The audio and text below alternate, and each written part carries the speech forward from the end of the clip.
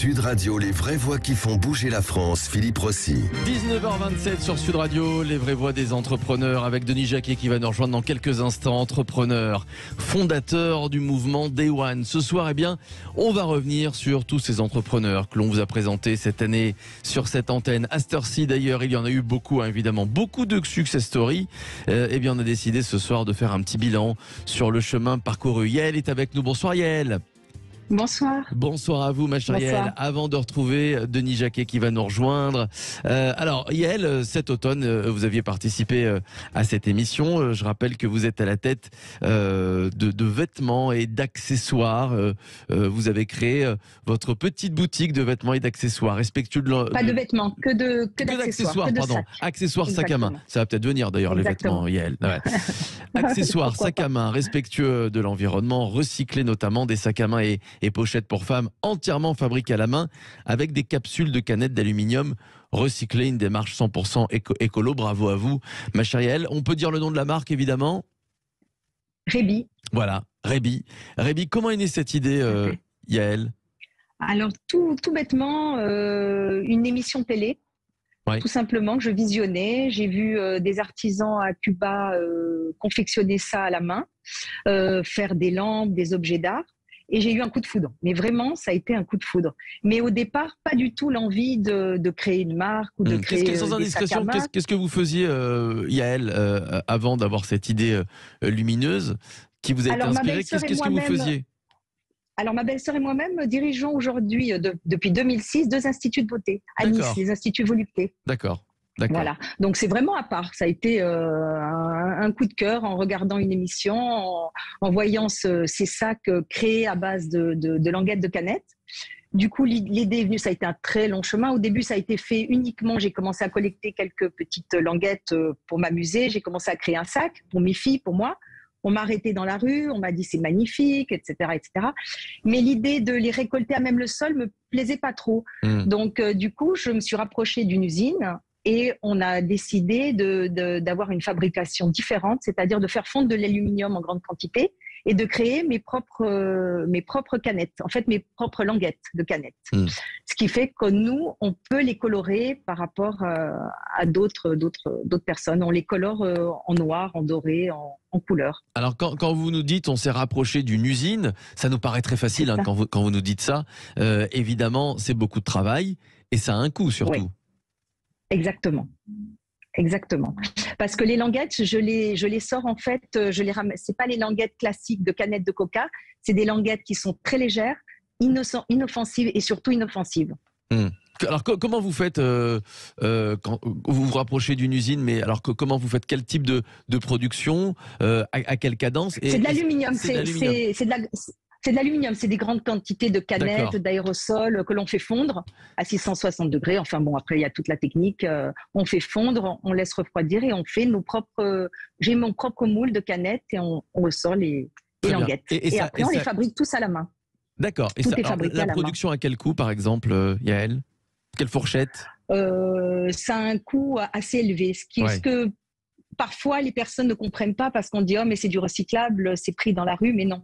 Ce sont pas des canettes à même le sol qu'on nettoie, qu'on lave et qu'on refabrique et on ressort une collection. Voilà. Et alors à ce moment-là, vous aviez les moyens d'investir dans ces sacs à main recyclables. Vous nous avez dit que vous étiez à la tête avec une personne de votre famille de 2 instituts de beauté. Voilà. Est-ce qu'à ce moment-là, c'était ça. compliqué pour vous? Est-ce que finalement vous aviez eu les moyens d'investir et peut-être même de subir un échec? Voilà, oui, j'ai eu, on a personnellement, on a mis de l'argent personnellement, j'ai mis de l'argent personnellement et j'ai commencé petit et je suis encore petit, mais j'espère progresser avec le temps. Aujourd'hui, voilà, allez-y, pardon. Cette démarche écolo, elle était ponctuelle ou effectivement, eh bien, depuis de nombreuses années, vous aviez une petite fibre. Alors honnêtement. Écolo. Non, honnêtement, c'est pas moi qui ai choisi d'investir sur le recyclable, c'est le produit qui m'y a amené. D'accord, très bien. C'est vraiment le produit. Mais après, l'idée a été, a été magique de pouvoir créer une collection éco-responsable en même temps. Voilà. Et après, j'imagine que tout s'enchaîne. Donc finalement, on trouve une usine, on produit, on fabrique, on crée un petit site internet et ensuite on attend la réponse des potentiels, des éventuels clients et clientes. Vous avez eu des retours positifs très vite, Yael? J'ai eu des retours positifs, surtout, ça fait 1 an et demi maintenant, et je rembourse, donc sous 15 jours si le produit ne plaît pas, et ça ne m'est jamais arrivé. Donc ça, c'est très satisfaisant de savoir que les personnes sont ravies, mes clientes sont ravies, j'ai des photos, elles me remercient, et en général, elles se lancent sur un deuxième achat. D'accord. Comment on communique? Comment, quand on lance un site internet, on communique essentiellement sur les réseaux sociaux? On se rapproche du référencement Google, mais ça coûte très cher, évidemment, d'être bien référencé sur Google. Comment ça se passe dans les premiers temps, Yael, pour faire connaître sa marque et son site internet? Voilà. Alors, j'ai pris quelqu'un qui m'a aidé dans la communication, qui a eu les influenceurs, la pub Facebook, la pub Insta. Au quotidien, où on met des petits budgets, on peut mettre 10 euros, 10 euros par jour qui vous font connaître. Ouais, vous avez travaillé. Mais c'est long, c'est long. C'est très long. Et c'est très long. Et surtout, j'ai la chance, justement, grâce à mes 2 instituts avec ma belle-sœur Volupté, de pouvoir les mettre en vitrine. J'ai 5-6 points de vente aussi. Du coup, j'ai eu des professionnels qui sont venus à moi en me demandant s'ils pouvaient en acheter et les mettre dans leur boutique. Et c'est ainsi que c'est une vitrine, parce qu'il faut la communication, mais il faut les vitrines aussi. Ouais. Vous avez travaillé avec des célébrités, Yael? Vous nous parlez d'influenceurs et influenceuses tout à l'heure pour promouvoir la marque. J'ai eu la chance d'avoir Victoria Silverstedt, qui a quand même porté mon sac banane. Ouais. Un sac. Alors, qui est Victoria, pour ceux qui nous écoutent et qui ne connaissent pas? Victoria, c'est une mannequin. Déjà, à l'origine, c'est une grande mannequin. Elle avait fait beaucoup la roue de la fortune avec De Chavannes. Ouais. Elle est magnifique. Et puis, j'ai eu une grande mannequin aussi, Ophir Golan, une mannequin israélienne magnifique qui a porté lors du Festival de Cannes l'année dernière. D'accord. Et tout ça, évidemment, alors tout ça, évidemment, on sent l'impact de ces 2 top modèles très vite, Yael, quand elle décide de porter votre sac et de le publier sur les réseaux sociaux. Et oui, bien sûr. Bien sûr, il y a beaucoup de gens qui veulent s'identifier. Oui, bien sûr. Bien sûr que les influenceurs nous aident beaucoup, c'est certain. Mais après, je pense que la vitrine, il ne faut pas négliger les vitrines dans les boutiques. Ouais. Alors justement, vous êtes passé d'un site internet à plusieurs points de vente. C'est ce que vous nous expliquez. C'est à chaque fois où se situent vos points de vente d'ailleurs, Yael? Alors, donc, j'ai dans mes instituts, j'ai la boutique Kanzé à Nice, j'ai une autre boutique qui s'appelle Iliach à Nice. Dans une plage aussi, la petite plage à Jouan-les-Pins. Ouais. J'ai la boutique Vincenzo qui est à Saint-Paul-Trois-Châteaux. Et la boutique Pamplemousse à Venelle. D'accord. Toutes ces boutiques, évidemment, on ne gère pas une boutique comme on gère un site internet. Qu'est-ce qui est finalement le plus difficile à gérer? Alors, on pense tous que c'est le site internet qui est le plus difficile. Évidemment, vous allez nous répondre les boutiques. Non, moi je vais vous dire le site internet. D'accord. Également. Parce que les boutiques, une fois qu'elles me les ont achetées, c'est elles qui gèrent. Et elles marchent bien, ces boutiques, Yael? Elle marche bien. Ouais. C'est-à-dire là, c'est vrai que... Sans rentrer dans les chiffres de comptabilité, ça ne nous intéresse pas, mais... Non. C'est une fréquence de commandes qui est assez régulière. On va dire tous les 2 mois, elles me font de jolies commandes. Ouais. Et après, il faut aussi savoir j'ai commencé dans une pandémie compliquée. C'est vrai, il y a eu la crise de Covid. Évidemment, entre-temps, on a beaucoup parlé cette année dans les vraies voix des entrepreneurs de ces entrepreneurs finalement qui ne comptent pas leurs heures, qui travaillent de 9h du matin à 20h, 22h, qui n'ont pas de week-end, qui travaillent également le samedi et le dimanche. Vous, avec votre belle-sœur, vous avez 2 instituts de beauté et puis une marque. Comment ça se passe, Yael? À quoi vous carburez? À quoi je carbure? Ouais. À la passion, Ouais. l'envie, la détermination. Ouais. Voilà, et le plaisir d'aimer de faire ce que j'aime. Ouais. Vous confirmez qu'il n'y a pas d'horaire, parfois il n'y a pas de week-end? Non. J'ai des clientes qui m'appellent parce que j'ai mon numéro de téléphone sur le site internet. Je suis en chat. C'est toujours moi qui suis derrière, c'est personne d'autre.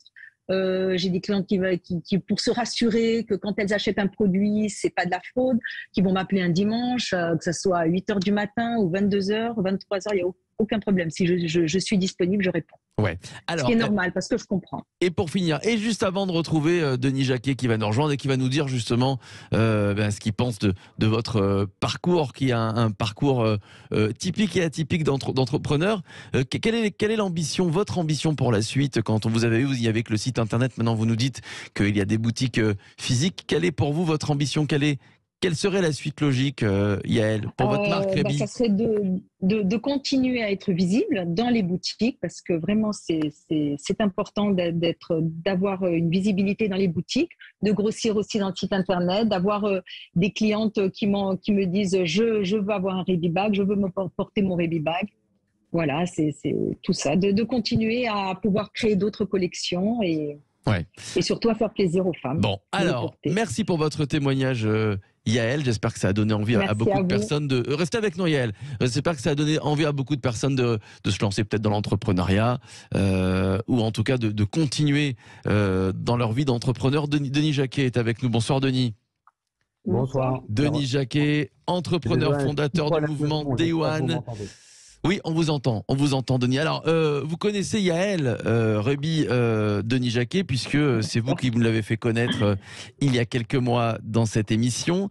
Elle avait un site internet à l'époque avec donc ces sacs respectueux de l'environnement, recyclés, des sacs à main et pochettes pour femmes, fabriqués à la main avec des capsules de canettes d'aluminium recyclées. Eh bien aujourd'hui, il y a beaucoup de choses qui ont changé puisque maintenant elle a des points de vente physiques. Que vous inspire le parcours de Yael, Denis Jacquet, qui ressemble au parcours de beaucoup d'entrepreneurs qui travaillent d'arrache-pied pour lancer leur petite entreprise et surtout la faire évoluer? En fait, il y a d'abord, bonjour Yael, bonjour Philippe. Bonjour. Bonjour. On avait des petits problèmes d'accès. Là, je suis en Afrique et j'ai l'impression que mon Internet était un peu capricieux.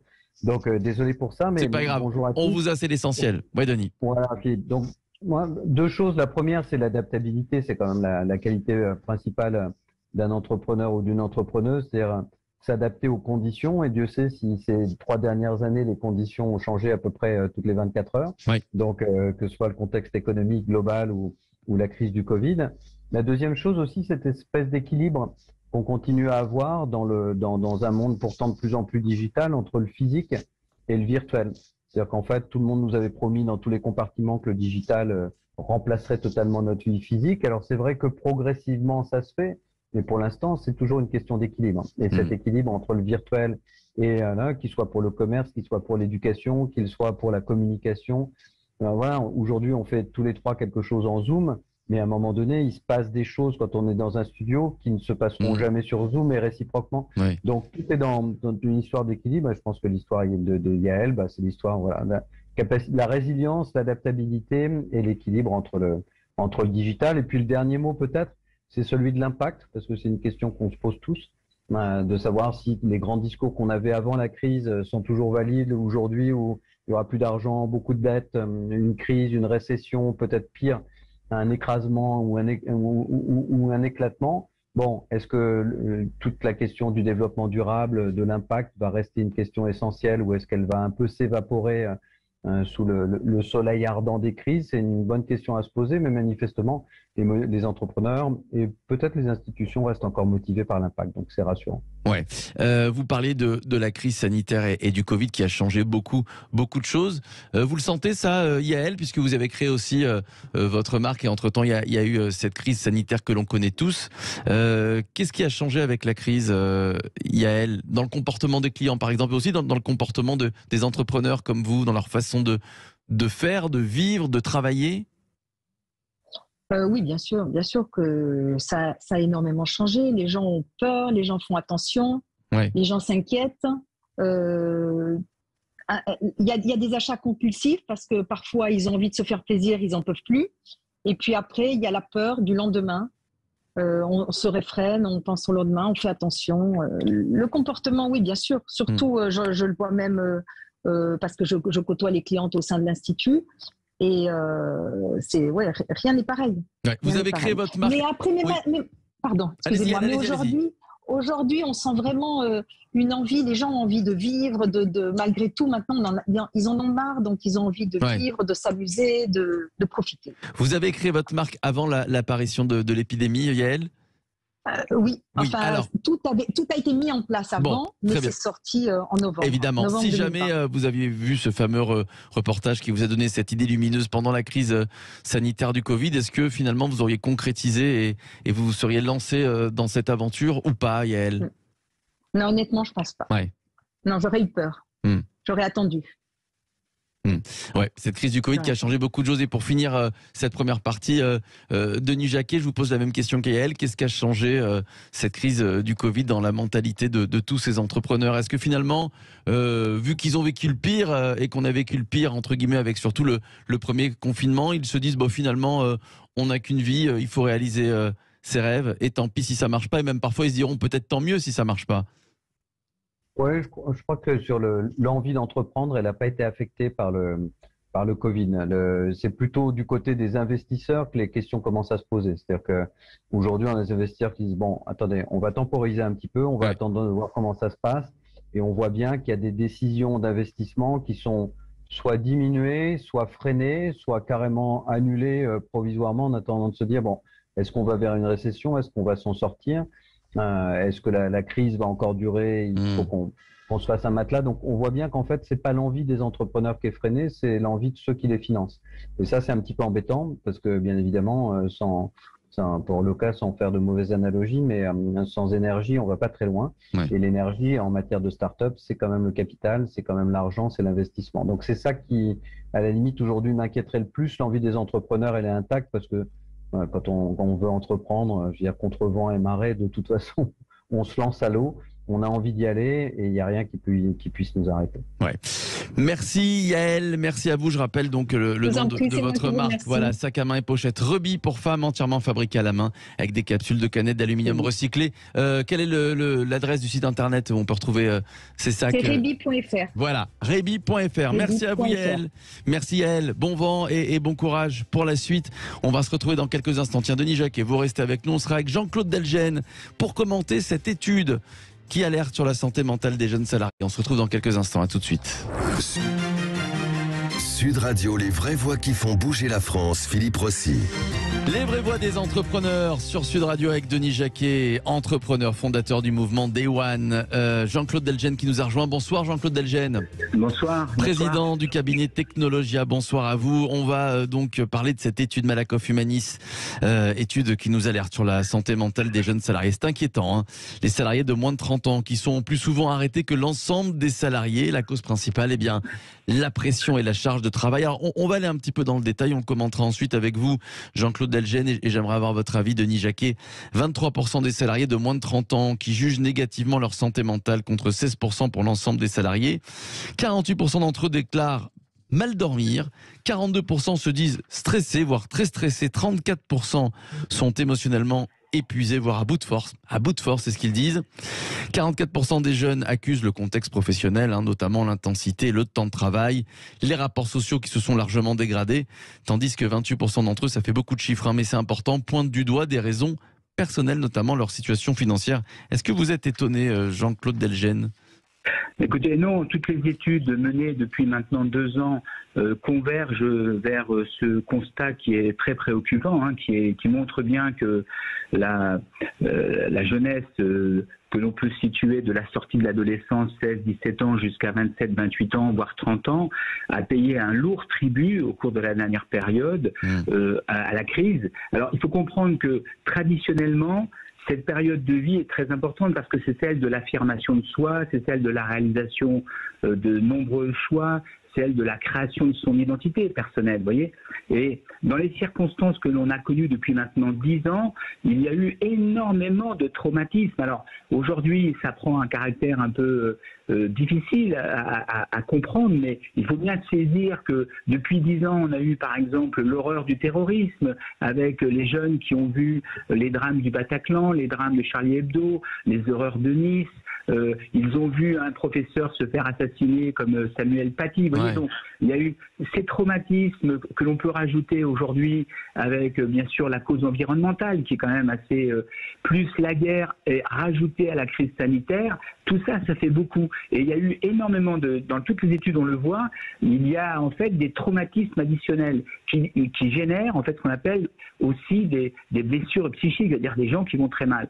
Et donc on constate une progression des dépressions, une progression des suicides aussi, hein, faut le noter. La dernière étude de la Fondation Jean Jaurès qui a été publiée dernièrement montre cette inquiétante progression chez les jeunes, le suicide étant la deuxième cause de mortalité entre 16 et 25 ans. Vous voyez, donc on a une situation très préoccupante, mais ce qui est aussi préoccupant, c'est qu'on ne répond pas à ce besoin des jeunes aujourd'hui, et pas suffisamment. Il y a beaucoup à faire et rien vraiment ne se fait réellement. Et c'est ça qui est inquiétant, c'est-à-dire qu'on laisse les jeunes, on laisse les familles à eux-mêmes, il n'y a pas de vrai dispositif. On a mis en place, par exemple, durant la grande crise, un dispositif heureux qui était le quoi qu'il en coûte pour sauver les entreprises. C'était très bien, moi je l'ai salué. Ceci dit, on a tardé vraiment à mettre en place un filet psychologique pour aider les jeunes, pour aider les familles, pour éviter qu'il n'y ait... Alors aujourd'hui, par exemple, il faudrait favoriser beaucoup plus largement le recours à des psychologues qui sont je dirais des professionnels qui peuvent aider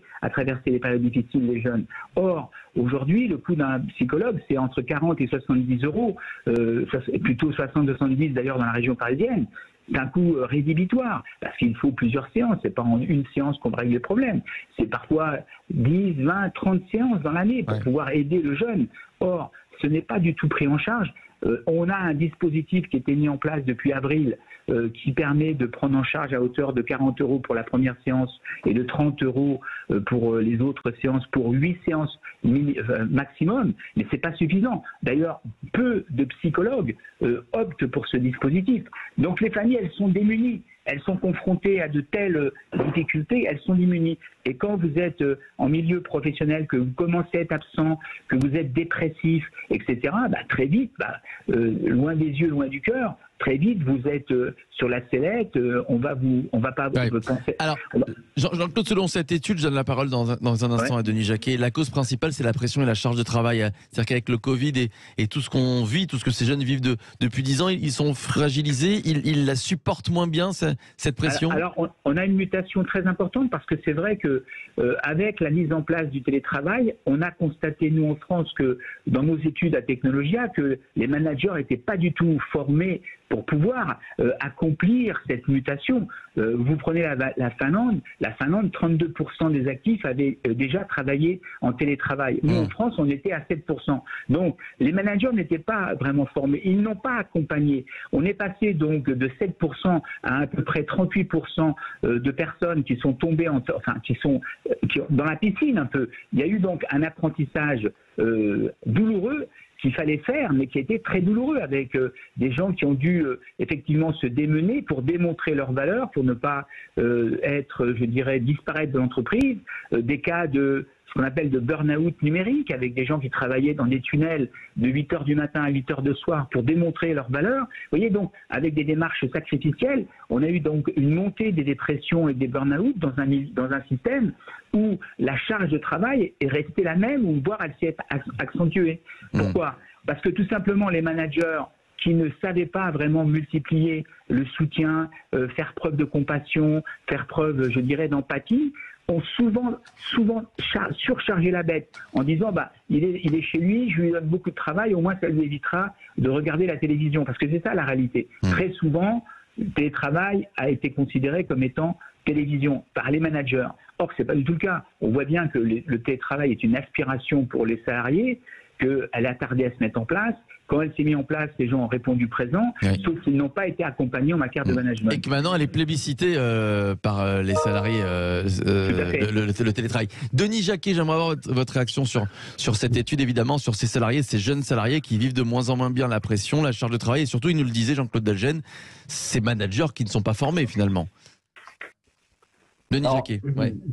Plusieurs choses. La première, bon, comme j'ai eu très longtemps une société de e-learning, cette société, on a fait tous les premiers gros modules de toutes les grandes entreprises françaises sur le télétravail. La première chose qu'on avait constatée à l'époque, en faisant ça, c'est que pourquoi on le faisait, il fallait absolument le faire, et je confirme ce que disait monsieur, c'est que le télétravail, ça s'apprend. En réalité, le télétravail, ça s'improvise pas. Ça s'apprend pour ceux qui télétravaillent et ça s'apprend pour ceux qui télémanagent. Et en fait, les deux arrivaient à des travers incroyables. Les managers étaient complètement dépassés parce que n'ayant plus leurs troupes sous la main, ils avaient l'impression de perdre le pouvoir et donc du coup étaient complètement perdus et donc rugissaient de stratagèmes pour faire en sorte que les gens bossent pratiquement 24 heures sur 24, sinon ils avaient l'impression de plus les contrôler. Et les télétravailleurs qui étaient complètement en dehors du lien social quotidien dont on a tous besoin parce qu'il ne faut pas oublier qu'on est des animaux et qu'on a besoin de se renifler et de se sentir, perdus par cette absence de lien social, étaient à plus de 20% tombés dans des addictions, des dépressions, dépendance de l'alcool, de la drogue, vous prenez 10 ou 20, pas les 3 kilos du Covid, 10 ou 20 kilos en 1 ou 2 ans, tout simplement parce que ils n'arrivaient pas à gérer le réfrigérateur. Donc c'est des trucs aussi idiots que ça, mais qui vous ruinent la vie. La deuxième chose, bon, ça je reprends mon cheval et mon dernier bouquin, mais on a managé en France, au Canada, en Australie, les gens par la peur pendant 2 ans pour leur faire croire qu'on allait tous mourir, ce qui était juste la plus grande supercherie du siècle, pour protéger les plus âgés, et on a sacrifié les plus jeunes. Bon. Donc c'est un choix qu'on a fait très rapidement en toute connaissance de cause. On savait qu'on créait des pauvres dans le monde, on savait qu'on créait de la violence aux femmes, elle a augmenté de 30%, on savait qu'il y avait une augmentation des dépressions dès les 8 ou 9 premiers mois. Chez les jeunes Américains, les jeunes Français, à plus de 25% de tentatives de suicide supplémentaires, et on a dit, on n'en a rien à faire, ce sont les plus âgés qui votent, et c'est ceux-là qu'on va protéger. C'est un calcul électoral, maintenant on le sait tous. Donc du coup, il y a eu la supercherie de la protection sous le prétexte de la santé, qui était un prétexte politique. Donc du coup, on a gouverné par la peur, on a fait une génération d'anxieux. Et la troisième chose, et je vais faire mon vieux pour une fois, ce qui m'arrive assez rarement, et si vous voulez, ma mère qui est de la génération de la Shoah, la génération des bombes qui lui sont tombées dessus, si vous voulez, le Covid, ça l'a même pas affecté. Elle est insubmersible. Nos enfants aujourd'hui à nous, qu'on a beaucoup protégés, qu'on a beaucoup confortés, à qui on a donné un confort qu'on n'a pas eu. Moi, je viens d'une famille modeste. Forcément, nos enfants, ils sont plus sugar-coated, comme disent les Américains. Donc, c'est cette petite couche de sucre qui les enveloppe. Et donc, du coup, cette pression, moi, je bosse, monsieur disait de 8h du matin à 8h du soir, je bosse de 7h30 du matin à 21h le soir depuis 20 ans. J'ai pas l'impression de sentir le moindre burn-out ni pression, mais c'est parce que j'ai été construit comme ça. Mes enfants, je suis sûr qu'ils supporteront pas ce type de pression, parce qu'ils sont plus perméables à ce truc. Donc, ils ont souffert et on vient de sacrifier une génération sans aucune raison valable, et surtout en le sachant. Et dernier petit mot, on parle des jeunes, parlons des femmes. J'ai assisté à une conférence aux États-Unis où je vis maintenant il y a pas longtemps, et cette femme qui est une grande militante féministe disait, mais dans les 6 premiers mois, on savait que la violence faite aux femmes avait augmenté de 30% et qu'on livrait les femmes à leurs bourreaux. Aucun politique n'a voulu les écouter. Merci Denis Jacquet, entrepreneur, fondateur du mouvement Day One. Merci à vous, Jean-Claude Delgenne, président du cabinet Technologia. Dans quelques minutes maintenant, restez avec nous, le Loft Music avec Greg Zlap. Greg Zlap qui fait son loft, invité par Yvan Cugius, à tout de suite.